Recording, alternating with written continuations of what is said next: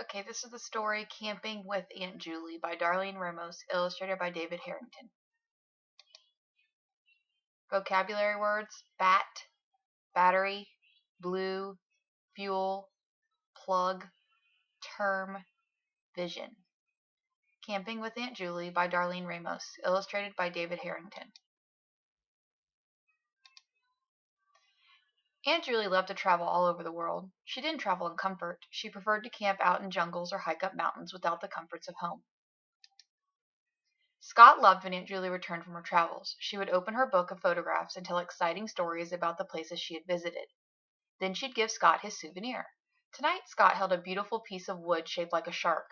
He felt the smooth wood and listened to Aunt Julie talk about an island far away. Scott gazed at the pictures and imagined Aunt Julie swimming in a blue ocean full of yellow fish and a shiny shark. Scott lived in a big city and did not travel much. He had an idea. "Aunt Julie," Scott began, "do you think I could go on a trip with you sometime?" "Sure," Aunt Julie answered. "I'm heading to the desert next week. Why don't you come with me?" Scott looked at his parents. He was surprised when they didn't object. In fact, they didn't even blink. When Aunt Julie pulled into the driveway, her van was filled with all kinds of camping things. She had sleeping bags, folding chairs, and small pots and pans. "Are you ready to head west?" Aunt Julie asked. "Let's go," Scott said as he tossed his suitcase in the van. Before the trip, Scott had a vision of his adventure. It included a soft bed, a television, and running water. "So, Scott, do you know how to set up a tent?" "A tent? Why do we need a tent?" Scott asked. "Why, to sleep in," Aunt Julie laughed. "The desert nights are cold." Scott was surprised. "We're sleeping in a tent? But what about TV? I need to plug in my MP3 player." Aunt Julie just smiled and didn't reply. Scott felt trapped. The idea of living without his music and TV was like a prison sentence. It was punishment. That's why his parents didn't even blink. When the travelers finally arrived in the desert, Scott was a little worried. The desert was beautiful, but it was also strange and scary. Aunt Julie started humming and setting up the tent. "Do you want to help put up the tent?" she asked. But Scott just sat on the rock listening to his MP3 player. The battery was low. Soon the player would be useless for the rest of his term in the desert. Just then a large animal flew very close to Scott's head. Scott ducked. "What was that?" he asked fearfully. "Oh, just a bat," Aunt Julie replied with a smile.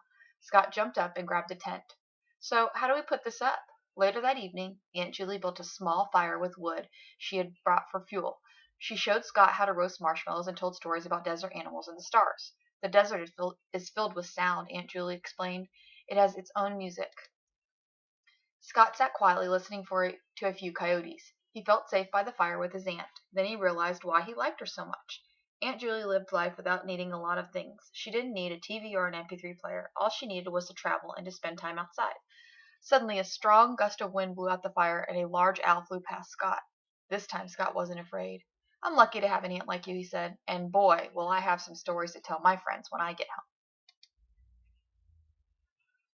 The desert at night. Many desert animals are nocturnal. That means they sleep during the day when the desert is hot. At night, when the sun goes down, nocturnal animals come out to drink water and hunt for food. The sand and air are cool. Some nocturnal desert animals are the bat, owl, and coyote. Bats feed on the nectar of cactus flowers. Owls eat desert mice or lizards. Coyotes hunt for mice and rabbits, but they will also eat reptiles.